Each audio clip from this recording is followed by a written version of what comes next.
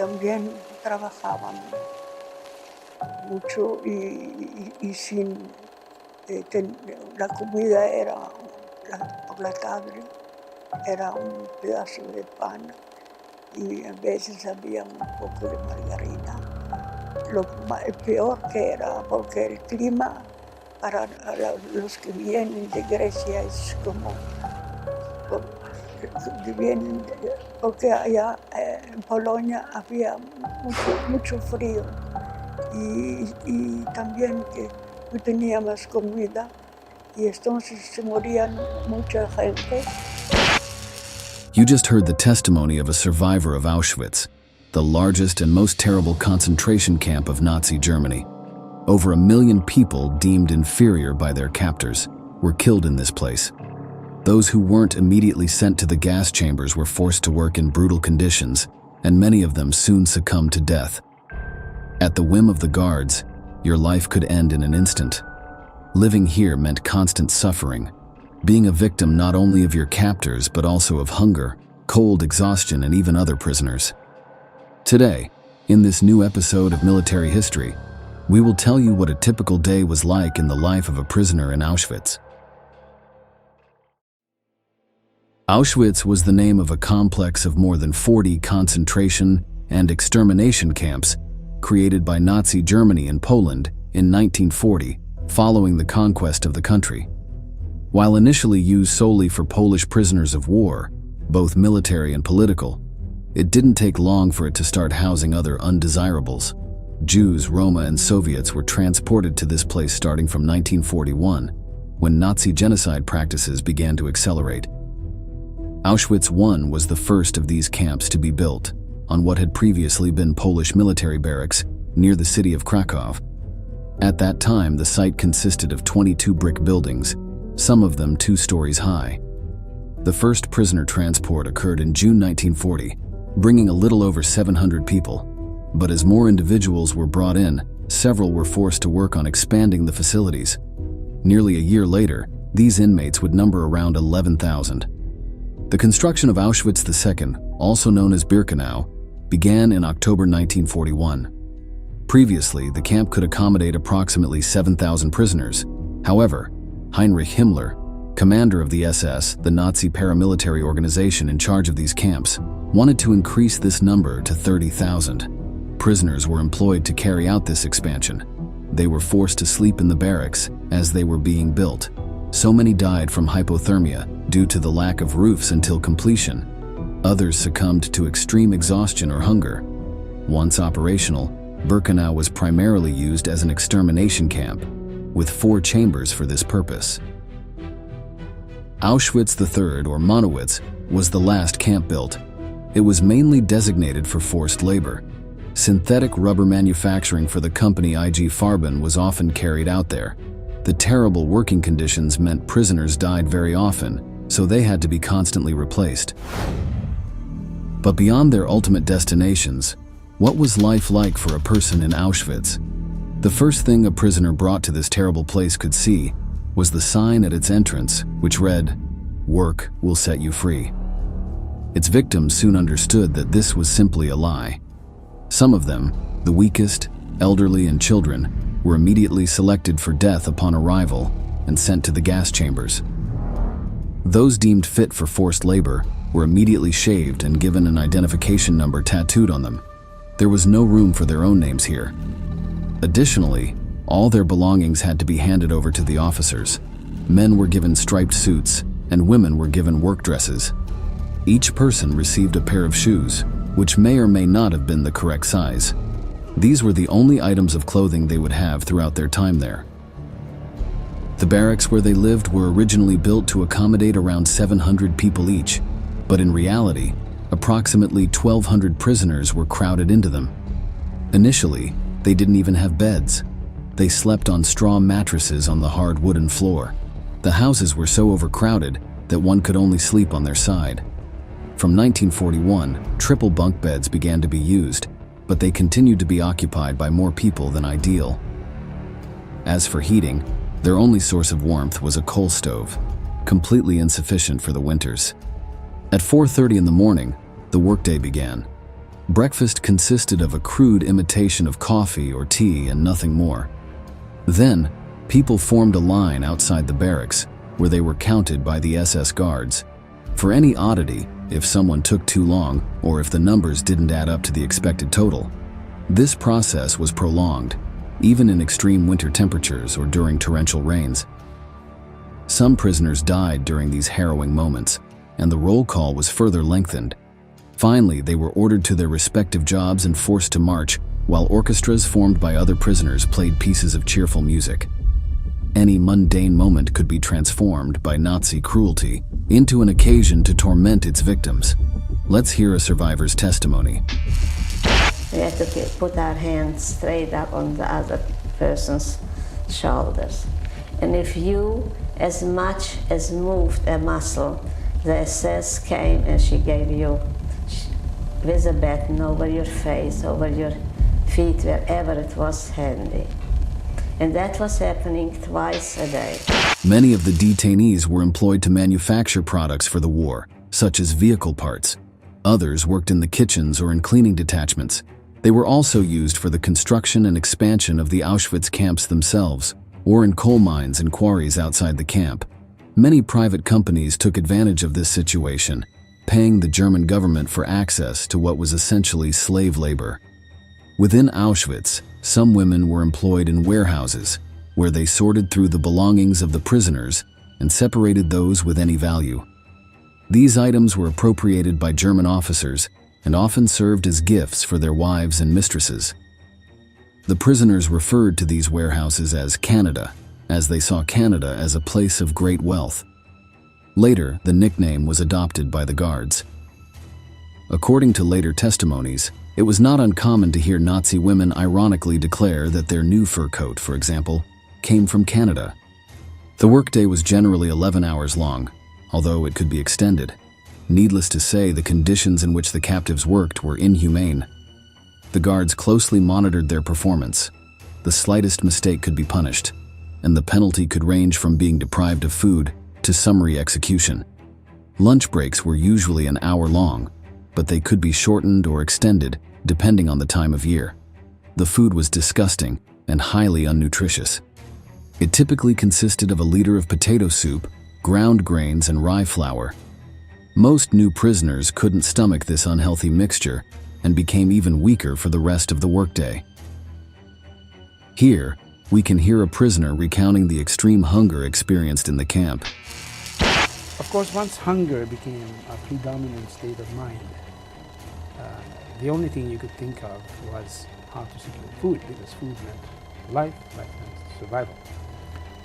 Whether you did this subconsciously or consciously or otherwise, there was no thought for anything else really. There was no lofty thoughts when the stomach is empty, no matter where you are, no matter who you are. When the workday ended, the prisoners were escorted back to their barracks. If someone died, the guards forced them to carry the corpses of their dead or murdered companions from the day. If they couldn't carry them, they were executed. Upon arrival, roll call was taken again, and they were given dinner. This consisted of approximately 300 grams of bread, and if they were lucky, 25 grams of sausage or cheese. Since they weren't given any solid food in the morning, some divided this meal between dinner and breakfast. Others, famished, couldn't endure. The poor nutritional quality quickly depleted the fat reserves of these individuals. This led to a state of permanent exhaustion that made them apathetic to their fate. A prisoner in these conditions was called a Musselman and was often sent to the gas chambers, as they had ceased to be useful to the Third Reich. Nutrition in the camps improved from the middle of 1942. As if the Germans wanted to continue using the inmates as labor, they needed them to be capable of working. However, these conditions did not improve for Jews or Soviet prisoners of war, as the Nazis sought their total extermination. After eating, the inmates had free time where they could wash themselves as best they could or visit family and friends in other barracks.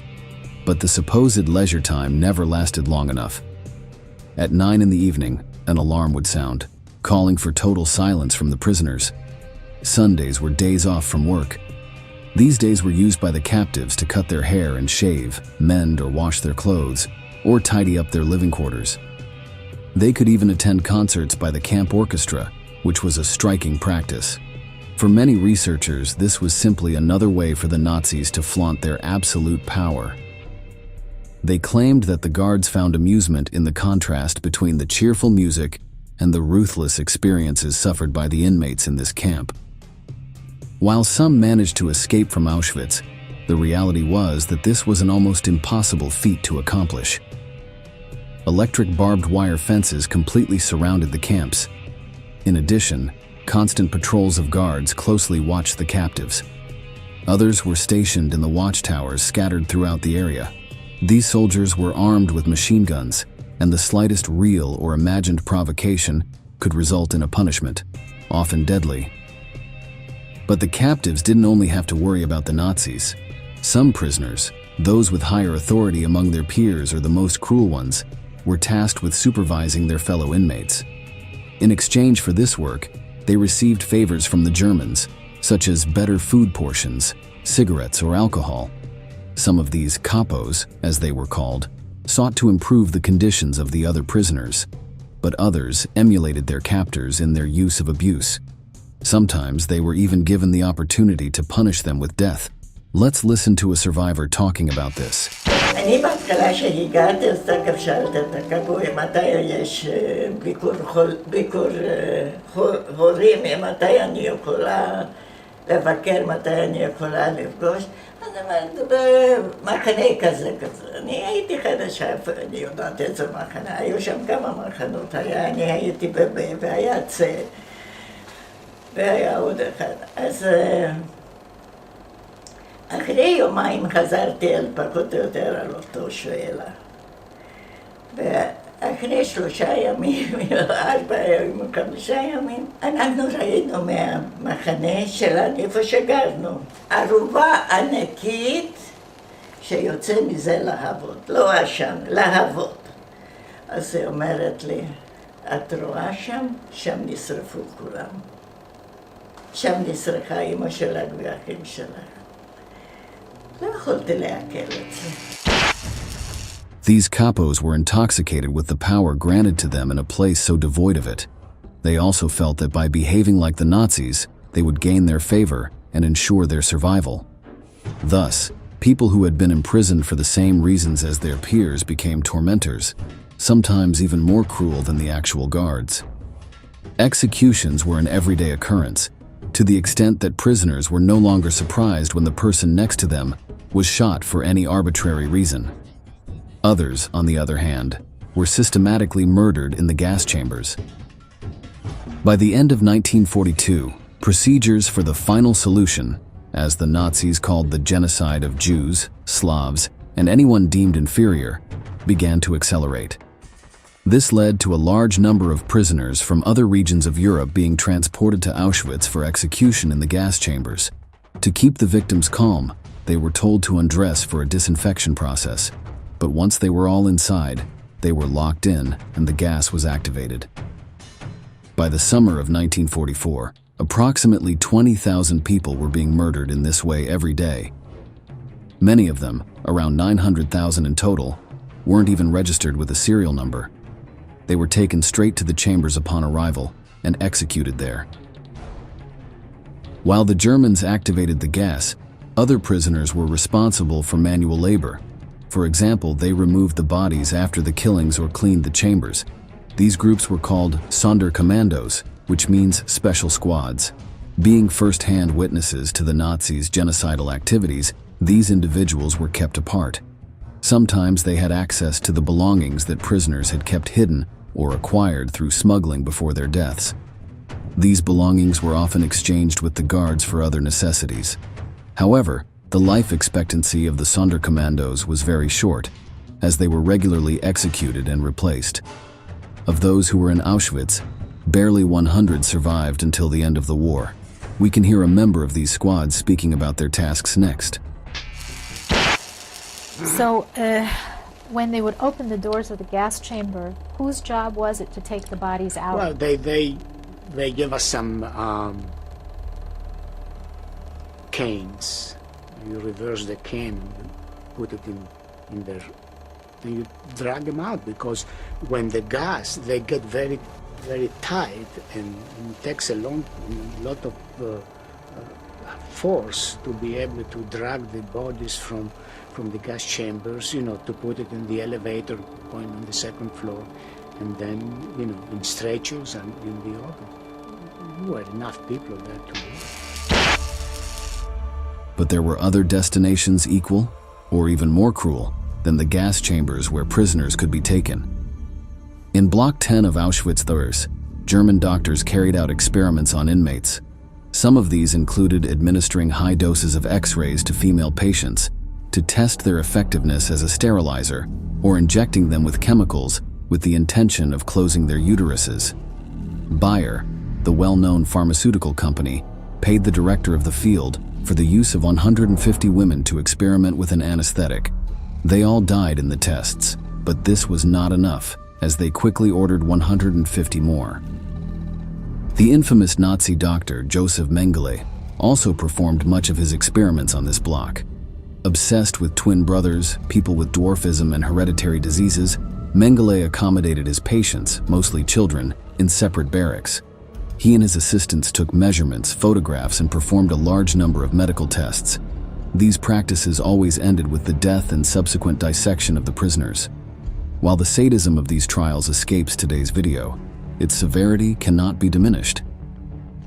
Block 11 of Auschwitz was designated for punishments, which were administered by the guards or the capos. According to the reports found, the most common infractions included asking for a second portion of food, stealing food from the pigs, having hands in pockets, and other trivialities. What was not minor was the punishment itself, which consisted of whipping, hanging the prisoner until their feet barely touched the ground, or forcing their head into the chimney for a few seconds. If the inmate was found to be very weakened after the punishment, they were immediately sent to the gas chamber. The courtyard between blocks 10 and 11 included the death wall. Prisoners who were not summarily executed or sent to the gas chambers were killed here.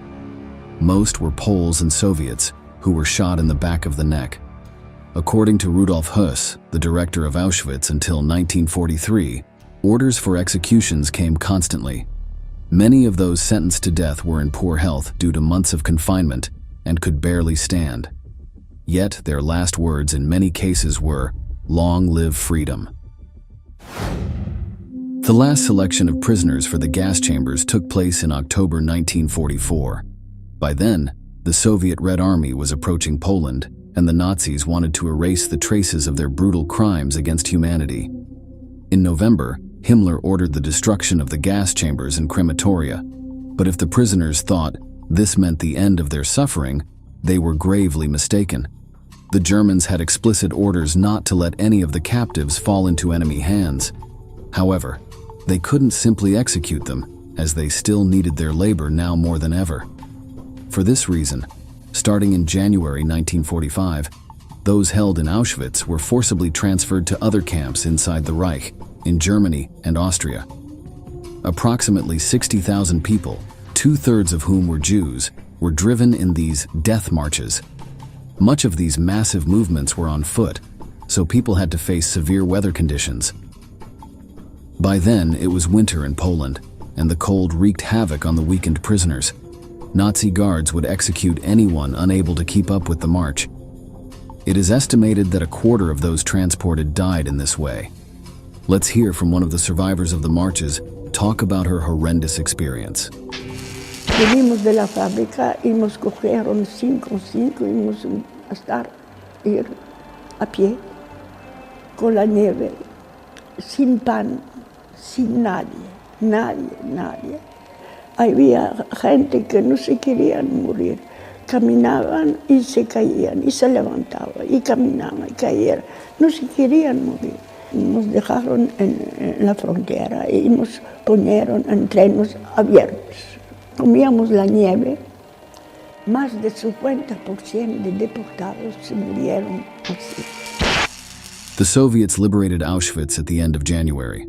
Some captives, those who were too weak to move, had been left behind. At first, they didn't even react when the soldiers approached. Only after a few minutes, when they realized it wasn't just another cruel punishment from the Germans, did they approach their liberators in tears. Although their suffering in the camp had ended, they would carry the scars for the rest of their days. The numbers coming from Auschwitz chill the blood. Nearly 1 million Jews were murdered there. To these must be added 70,000 Poles, 21,000 Gypsies, and 15,000 Soviets, among others. Even with all the information we have, understanding the brutalities to which they were subjected is a difficult task. However, the prisoners never stopped resisting. They maintained their culture, got together to pray, celebrated their holidays and national days. Clandestine activities were organized. There was even a rebellion of the Sonderkommandos, brutally repressed. Despite the Nazis' attempts to lower these people to an inhuman level, they never lost their humanity. The same cannot be said for his captors. We reached the end of the video and we want to ask you, do you think the Allies could have done something more for those held at Auschwitz?